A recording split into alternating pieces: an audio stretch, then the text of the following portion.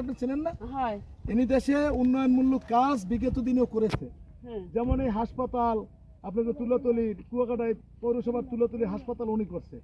এই যে বৈদ্যুতিকদেরকে রাখাইন মার্কেটের ঘরগুলো উনি করে দিয়েছে, এবং রাস্তাঘাট ওনার আমলে হয়েছে। এই 3টে ব্রিজ উনি করছে। বিভিন্ন কাজ উনি এই কলাপাড়াতে 3 বছরে বহুত কাজ করছে এবিএম মোশারেফ হোসেন। তো এবছর তারেক রহমান আবার বলছে যে আপনাদের গরিব মানুষের ফ্যামিলি কার্ড দেবে, সেটা দেবে এবিএম মোশারেফ হোসেনের মাধ্যমে। এবিএম মোশারেফ হোসেনের এমপি বানাই দেবে না? এবিএম মোশারেফ হোসেনের যদি আপনারা এমপি বানান অবশ্যই ফ্যামিলি কার্ড পাইবেন। ধরেন গড়ায় ক্ষমতায় যাবে বিএনপি, এখানে আরেকজন এমপি বানাই কিছু হইবে? ওই দলের লোক এমপি বানাই দেবে না দেশের উন্নয়নের স্বার্থে? আচ্ছা আমার কথা শেষ করছি, আপনাদের কাছ থেকে কিন্তু সবকিছু কথা শুনতে চাই। এবিএম মোশারেফ হোসেনের কি এবছর আপনারা ভোট দিবেন? আচ্ছা আর একটা প্রশ্ন, এই ফ্যামিলি কার্ড যদি যে দেয় তা সেতে আপনাকে উপকার হইবে কি? উপকার হইবে আমার 3000 টাকা দিলে বা 2000 টাকা দিলে আমার সংসারটা